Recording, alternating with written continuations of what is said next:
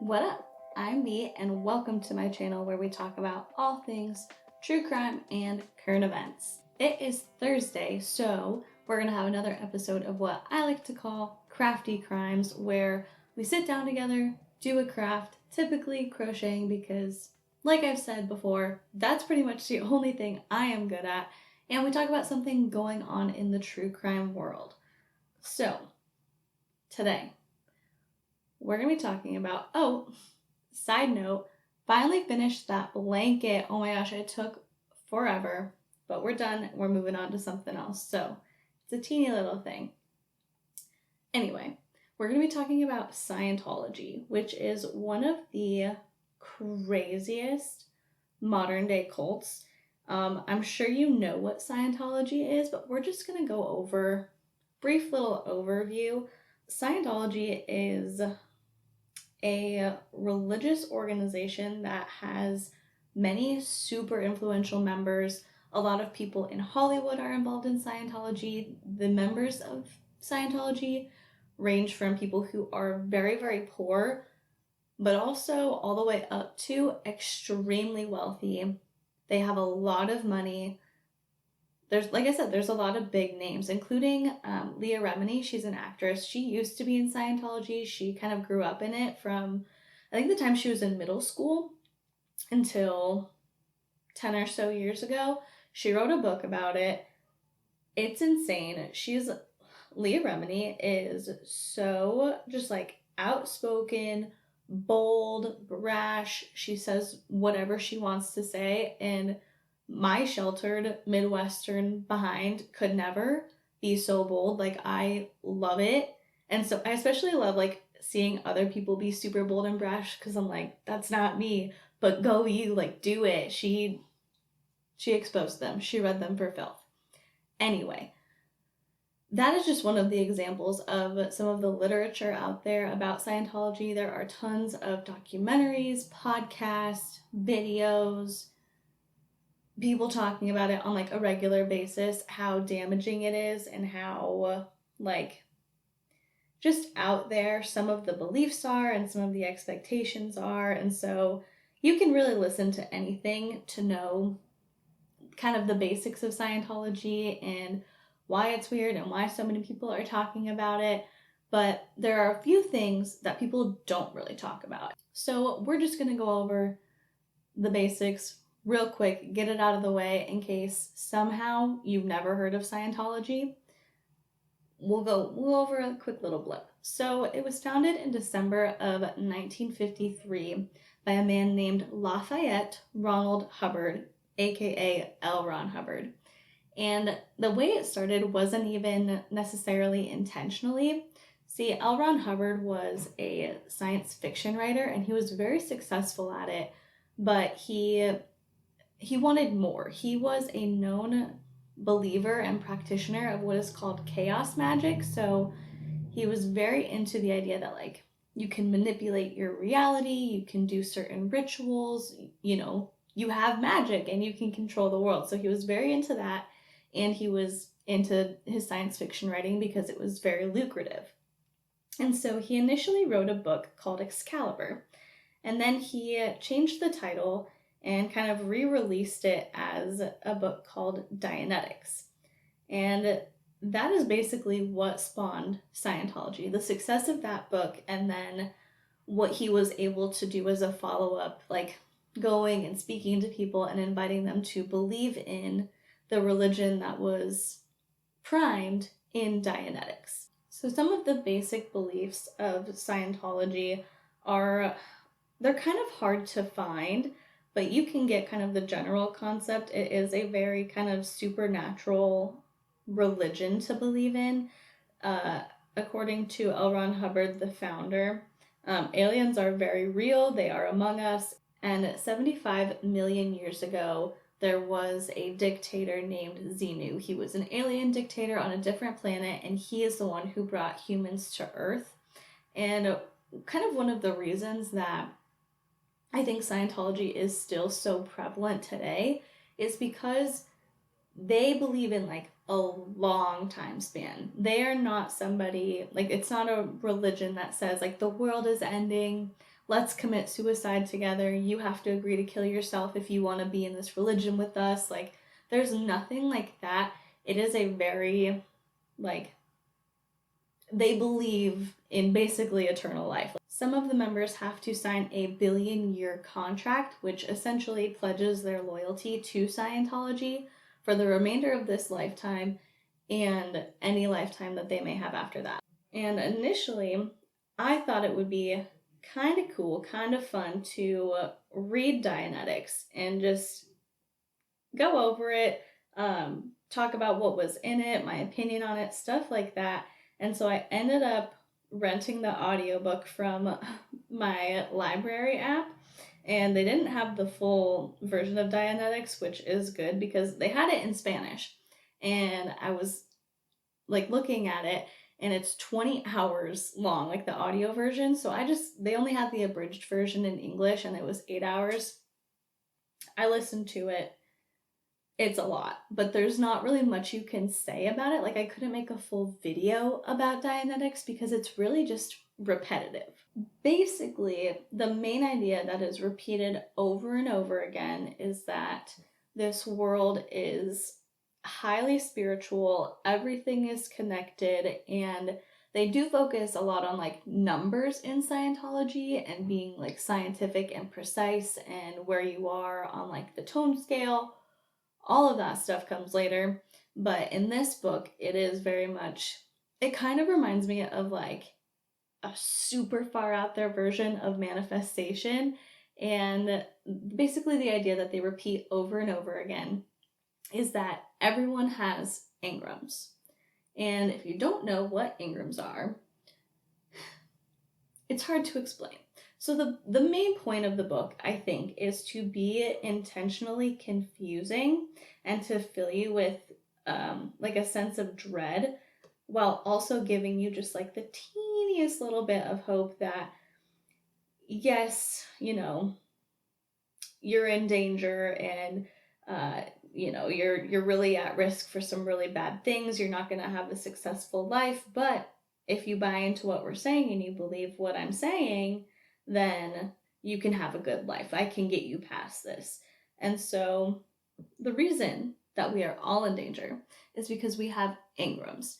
And engrams are really hard to explain. It's pretty difficult to just give a description of the idea, which I think is kind of the point. You know, you want it to be confusing. You want people to either not understand it and seek to understand it and come to you and come to Scientology in order to understand it better, to improve their life and prevent themselves from living this horrible life controlled by these engrams, or you want people to read it, pretend they understand it perfectly, and just go around talking about it, spouting it off in order to seem smart and also encourage other people to join. So the best way I can describe engrams is with an example. So imagine that an engram is like a flea or a tick that is in your arm. You can have multiple engrams, you can have tons, like everything in your life basically can cause an engram. Anything that's not picture perfect, serene, calm, anything outside of that can cause an engram. So picture you are in a blue sweatshirt, you're home, you're wearing a blue sweatshirt, you're walking out to the living room, you pass by your spouse, they're pouring some water into a glass, and as you're walking into the living room, you trip over some carpet, or you trip over a rug. You know, you don't see the edge of it and you trip. Now, one of two things can happen. You trip and your spouse says something along the lines of, "How did you trip? You're so clumsy. You are so foolish. I can't believe you didn't remember that the carpet was there. Oh my gosh," you know, they berate you and give you an engram about that. And so from now on, every time you're wearing a blue sweatshirt, you see somebody with the same color blue clothing on, you hear somebody pouring water into a glass, you pass by your husband who's in another room, you see carpet, all of those are going to trigger that engram. And so it's going to throw you off, it's going to ruin your day, it's going to make you make bad decisions, all of that. So that's how you get an engram from tripping and your husband berating you. Now, imagine on the other side. Same exact situation, same clothes, walking out into the living room, pass by your husband, he's pouring some water in a glass, and you trip over the carpet. And this time, your husband says, "Oh my gosh, are you okay? I can't believe you tripped. Let me come help you." And your husband comes and helps you. He's super nice. And you're just like, a normal person would be like, "Wow, I can't believe I tripped, but it's so sweet that you were concerned. Thank you." And that would be the end of it. But no, not according to Dianetics, because in that situation, anytime you are wearing the sweatshirt, you see the same color blue, you hear somebody pouring water into a glass, you pass by your husband on the way to the living room, you're going to be flooded with, it's going to trigger that engram, and it's going to give you thoughts of, "I'm so helpless, I need someone to rescue me, I can't do anything on my own, I'm going to trip, I'm in danger." So either way, in Dianetics, you're out of luck. You got an engram, and you need to come be audited in order to get rid of it. So, an 8-hour book in a nutshell. I don't know how long it took me to explain that, but there you go. I saved you from having to read Dianetics. So, like I said, the real point of Dianetics is to kind of, I think, trip people up enough, confuse them enough, scare them enough into seeking out Scientology in order to, become a member and save themselves from living a life without success and just generally, they don't want to be a failure. They want to have a good life. So they come to Scientology.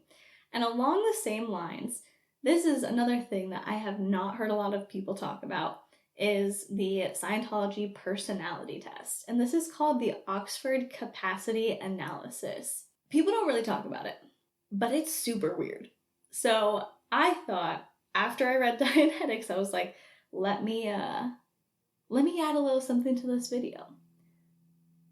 I'm going to take the Scientology personality test, and we're going to see everything that's wrong with me, everything about me that is bad, that needs to be improved, that, I'm just doomed if I don't address. So I went to the Scientology website. I gave them my name, my email address, and my zip code, which scared me a lot, to be honest.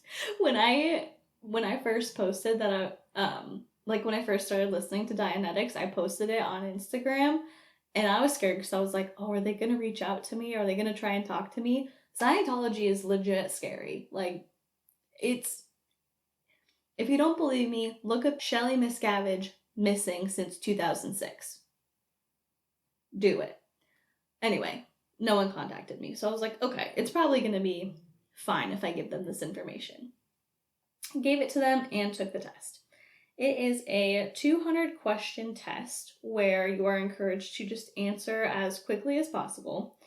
And basically it'll give you like a statement, and then you have to say, "Yes, that describes me," "No, that doesn't describe me," or "Maybe that describes me."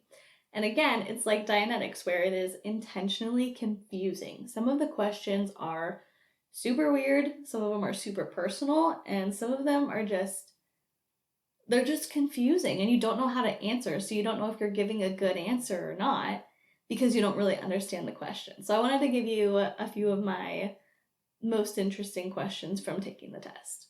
And this is standard, like if you take it, you will be asked these questions. So one of the first ones is, do you intend 2 or less children in your family even though your health and income will permit more? Does an unexpected action cause your muscles to twitch? Do you consider that there are people who are definitely unfriendly and work against you? Do you have any particular hate or fear? Which, everybody does. Do you greet people effusively? And this is one of the ones that really threw me off, because I had no idea what effusively meant. I think I just said maybe, because I didn't know if it was a yes or no. Apparently, effusively means like with a grand gesture, very friendly, very welcoming. So, vocabulary lesson for the day. You're welcome. Another really confusing one was, are you usually undisturbed by noises off when you are trying to rest? What does that mean? I still don't know, and I couldn't even begin to guess. Are you usually I don't know. And one of the last questions that I was like taken aback by was, would it take a definite effort on your part to consider the subject of suicide? And I don't know if that means like, is suicide on your mind all the time? Or are you uncomfortable with the topic of suicide? Are you suicidal? I don't know. But again, it's something that is intentionally put in there to kind of give you a bad result, I think. So I went through, I took the test, and I was expecting to get like a full report. It's a free test. Tell me what's up. Tell me what's wrong with me. What do I need Scientology for? And instead of giving you any sort of information on what your results are, they just give you a graph without a key. So you have the x-axis and it goes from A to J, and then you have the y that is from negative 100 to positive 100. And then on the other side, there's a spot for IQ, which mine didn't have any markers on there because I didn't take an IQ test, but I'm assuming like if you go and do it in person, they give you one. And then there is a small key that tells you like there's 3 shaded areas kind of near the middle, and it says desirable state, normal, and unacceptable state. And so those are in the middle, and then anything outside of that is, I guess, just, desirable state, but extra desirable, like magnified. And then you have points for A through J, like each letter has a point on there, but it doesn't tell you what those points are for. So most of mine were in either like acceptable or desirable, and then 2 of mine were in unacceptable. And I'm like, yo, I'm screwed. Help me. Like, tell me what this is. But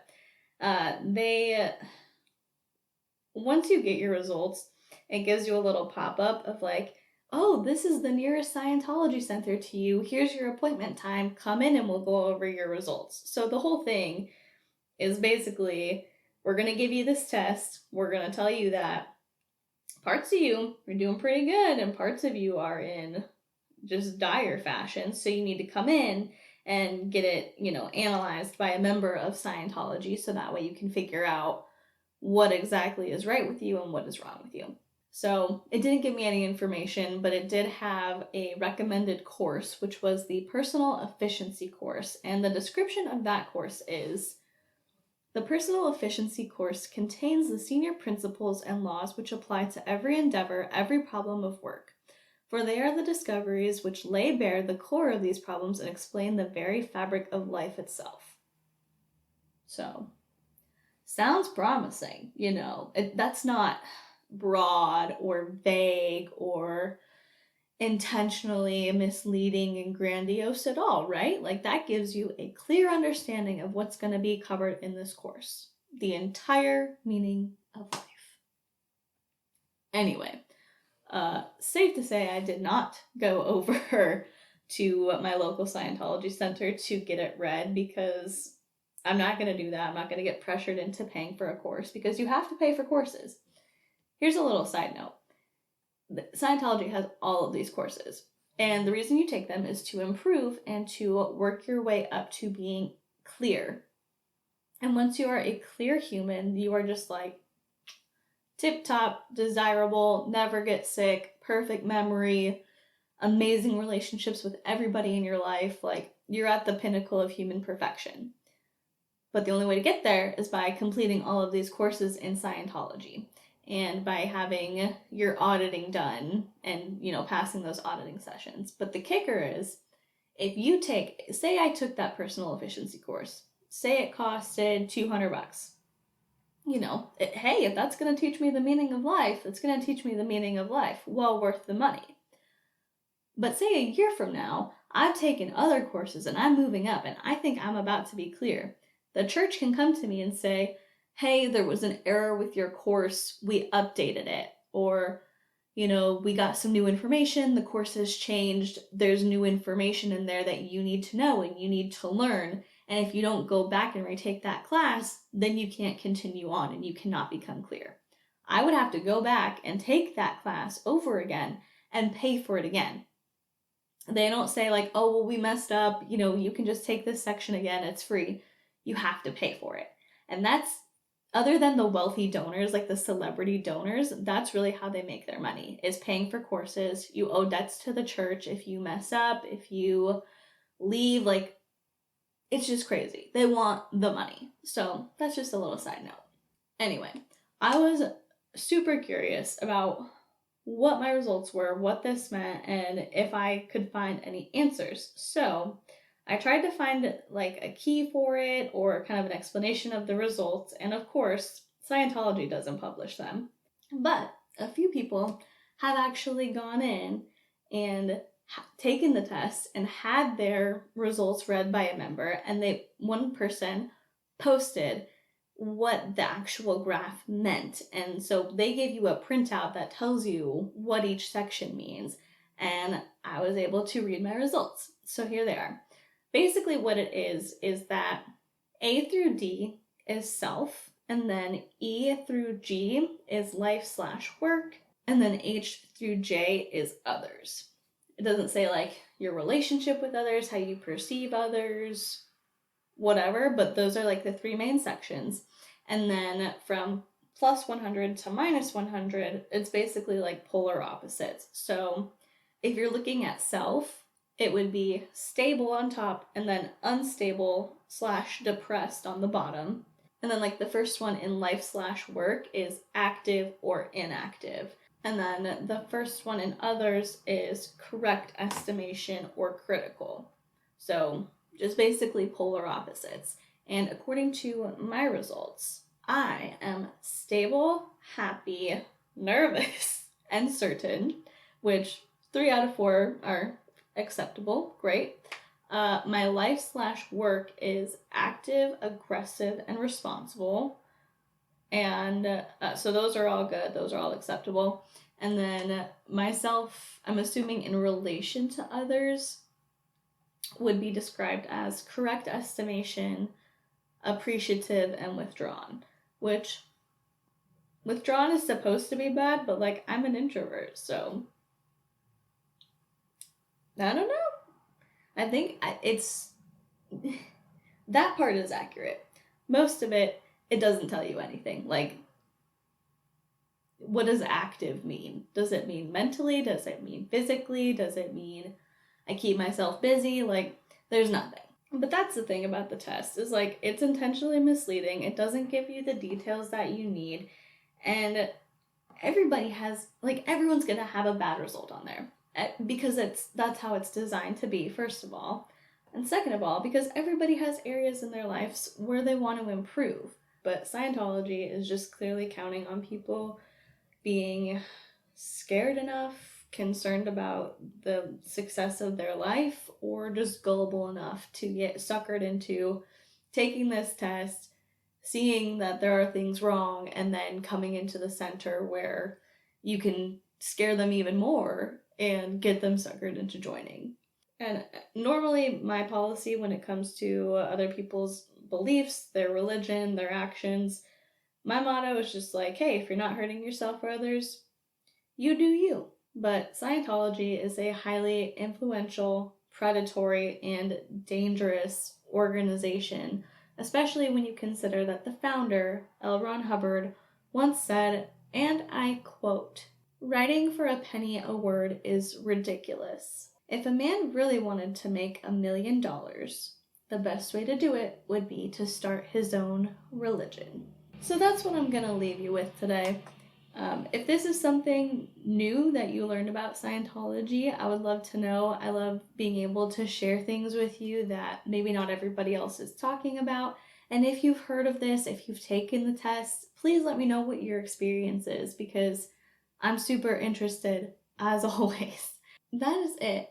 Thank you so much for watching, and I would love it so much if you would consider liking this video or subscribing to my channel. And if you have already subscribed, thank you so much. I appreciate it so much, and I love being able to just hang out, sit here, and talk about whatever. So It means a lot, and I am really appreciative. With all that being said, thank you so much for watching, and remember to go out there and be the voice of reason in a world full of crazy.